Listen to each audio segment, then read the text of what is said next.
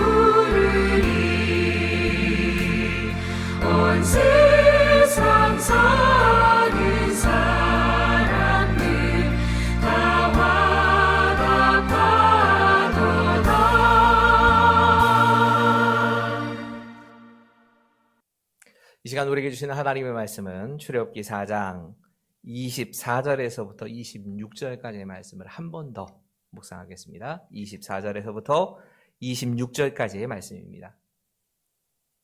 우리 함께 소리를 맞추어서 함께 읽겠습니다. 시작. 모세가 길을 가다가 숙소에 있을 때에 여호와께서 그를 만나사 그를 죽이려 하신지라. 십보라가 돌칼을 가져다가 그의 아들의 포피를 베어 그의 발에 갖다 대며 이르되 당신은 참으로 내게 피난편이로다 하니 여호와께서 그를 놓아주시니라.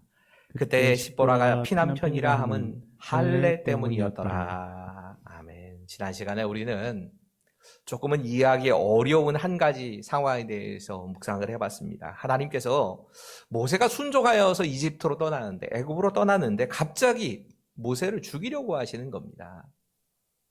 갑자기 하나님께서 애굽으로 가지 않겠다는 모세를 강권해가지고 모세를 끌고 나가셨는데, 설득도 하시고 강하게 권유도 하시고 그러면서 모세를 가게 하셨는데 갑자기 그 모세를 죽이려고 하시는 겁니다. 그 이유는 모세가 그 아들들에게 할례를 행하지 않았기 때문입니다. 그리고 그 의미를 지난 시간에 우리가 함께 좀 묵상을 해봤지요. 하나는 우리가 일하기 이전에, 사역을 감당하기 이전에 먼저는 하나님의 자녀라고 하는, 하나님의 백성이라고 하는 분명한 증거를 가지고 가야 한다. 할례는 하나님의 백성이란 표시입니다. 우리가 어떤 일들을 감당할 때에 무엇보다 우선하는 건 내가 구원받은 하나님의 백성이라는 사실, 예수 그리스도의 십자가 때문에 내가 구원을 얻었다고 하는 이 분명한 구원의 확신, 이것이 없이 사명을 감당할 수 없다는 얘기입니다. 더 나아가서 하나님께서 우리에게 사명을 맡기실 때에 우리에게 정말 중요한 건 다른 어떤 눈치를 보는 것보다 하나님 앞에서 살아가야 한다는 겁니다. 다른 사람의 의견을 듣고 그 사람들과 함께 협력해서 가는 거 중요합니다.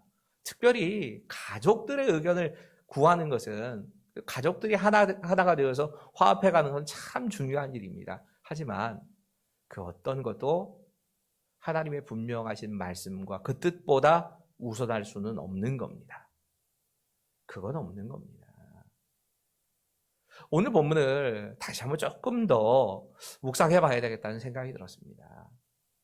왜 하나님께서 모세를 죽이시려고 했을까? 이 장면을 묵상하면서 우리가 하나님께서 맡기신 일을 감당하기 전에 준비해야 될 것이 무엇인지, 아니 어쩌면 내가 우리 주님 만나기 전에 준비되어야 할 모습이 무엇인가 하는 것, 그 주님 만날 때까지 우리가 힘써야 할 것이 무엇인가 하는 것을 묵상해 보려고 합니다.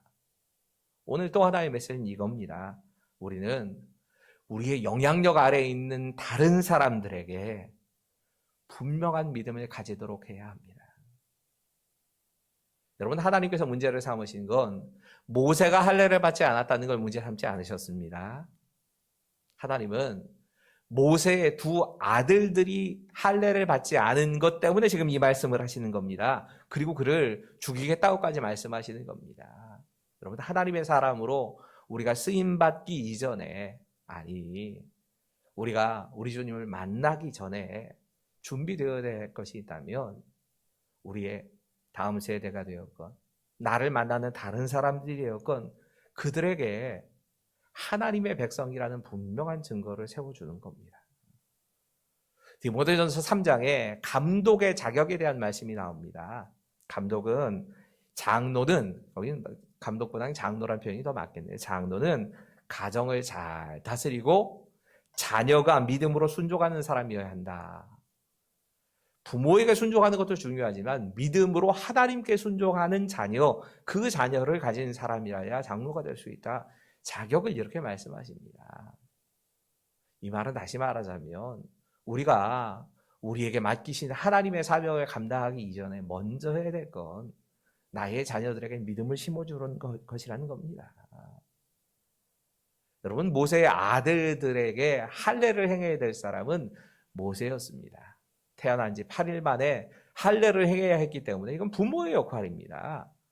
아이들이 믿음이 있기도 전에 부모가 먼저 그 아이들에게 할례를 행해 줘야 되는 겁니다. 마치 우리 유아 세례랑 비슷하다고 생각하시면 됩니다. 이 자녀를 하나님의 사람으로, 믿음의 사람으로 키우겠다는 결단이 유아 세례라면 할례가 꼭 그런 의미였던 겁니다. 이 부분은, 이건 먼저 해결하고 가야 된다는 겁니다. 언젠가 설교 도중에 이 구두수선공인 스티브 씨의 이야기를 전했던 기억이 납니다. 이 스티브라고 하는 분은 아내와 함께 아주 작은 소도시에서 구두수선공으로 열심히 일을 했답니다. 이분이 그 도시에 있는 교회에 열심으로 다니는 모범적인 신자였고, 또 모범적인 가정이었고, 또 누구보다 성실한 사람이었기 때문에 누구나 다 이렇게 생각했답니다. 아, 저분이 그냥 이곳에서 구두수성공으로 머물 만한 사람이 아니다.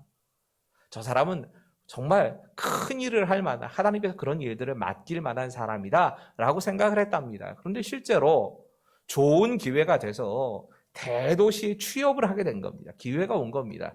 신도시가 생기고 부동산 소개업을 하는 사람의 이렇게 친구를 통해서, 그런 친구를 통해서 좋은 직장을, 누가 보기에도 참 부러워 보일 만한 직장을 합격을 한 겁니다. 사람들이 다 섭섭하긴 한데, 스티브라고 하는 저 친구라면, 저 가정이라고 하면 어딜 가서도 정말 믿음으로 잘 살아낼 것이고, 저 사람이 저런 성공의 기회를 잡는 건 당연하다 생각하고 섭섭한 마음이지만 잘 축복을 하면서 떠나보냈답니다. 그런데 그렇게 성실한 이 스티브 씨가 대도시로 떠난 지 3개월 만에 돌아온 겁니다. 아무도 이해가 안 가는 겁니다. 저 사람처럼 성실한 사람이라면 어디 가서든지 직장에서 인정을 받았을 텐데, 왜 저 사람이 3개월 만에 그 좋은 대도시를 다 놔두고 3개월 만에 다시 자기 이 소도시를 와가지고서 그렇게 이사를 왔을까? 모두가 놀랬답니다. 모두 궁금해하는데, 한 사람이 이 궁금증을 참지 못하고 스티브 씨에게 직접 물어봤답니다. 도대체 왜 그 좋은 직장과 좋은 도시에서의 생활을 놔두고 돌아왔습니까? 이 스티브 씨가 아주 담담한 어조로 이렇게 답을 하더랍니다. 물론 제가 가보니까 도시가 신도시여서 외형도 깨끗하고 크고, 또 제가 맡은 직업도 돈을 많이 벌 수 있는 그런 곳이었습니다. 그런데 문제는 그 도시에는 교회가 없습니다. 교회는 있어도 교회 학교가 없었습니다. 단 한 곳도 없었습니다.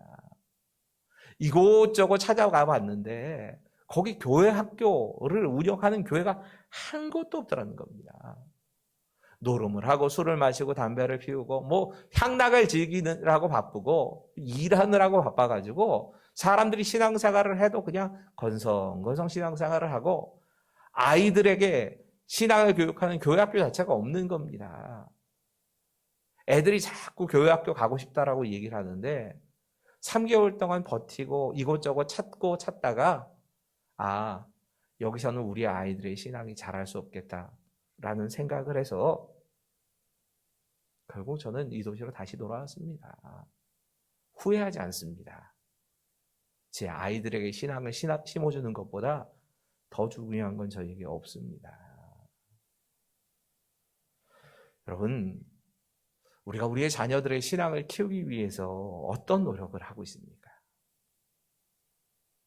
정말 그것이 중요하다 생각하기 때문에 다른 어떤 것보다 다른 사람의 눈에 어떻게 보이느냐가 중요한 게 아닙니다. 내 아이들의 신앙을 심어주고 예수님 만나게 하는 거 중요한 거 아닙니까? 그걸 위해서 나는 지금 어떤 노력을 하고 있습니까?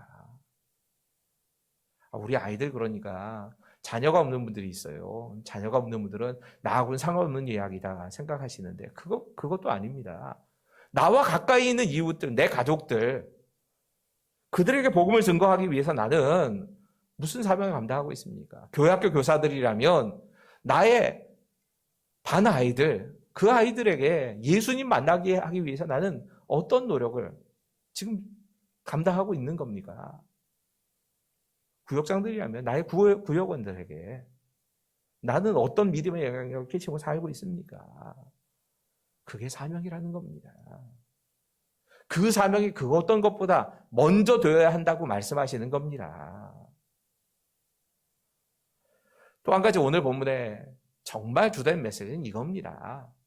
하나님께서 맡긴 사명 감당하기 전에 불순종을 제거해라. 우리 함께 25절과 26절의 말씀을 읽습니다. 같이 읽으세요. 시작.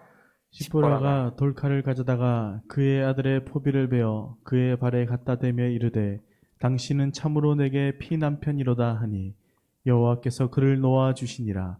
그때의 십보라가 피난편이라 함은 할례 때문이었더라.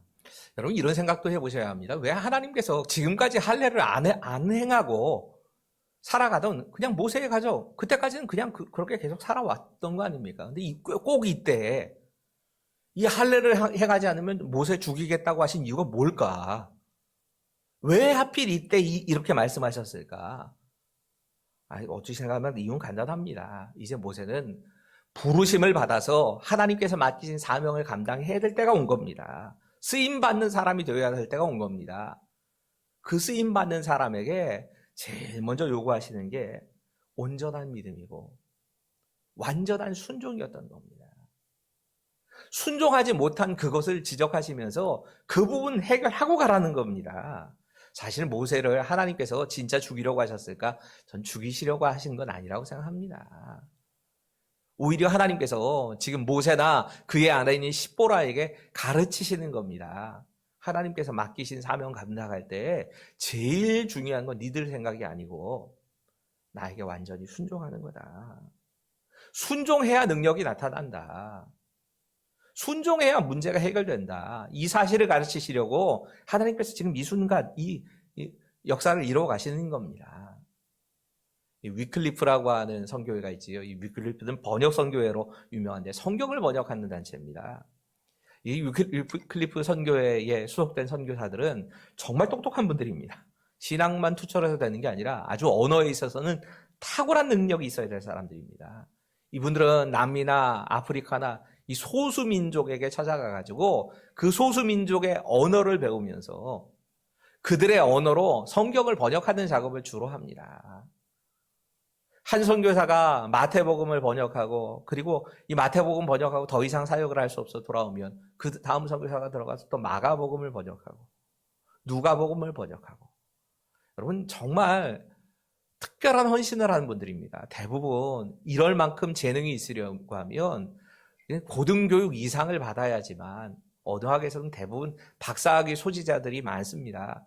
이런 분들이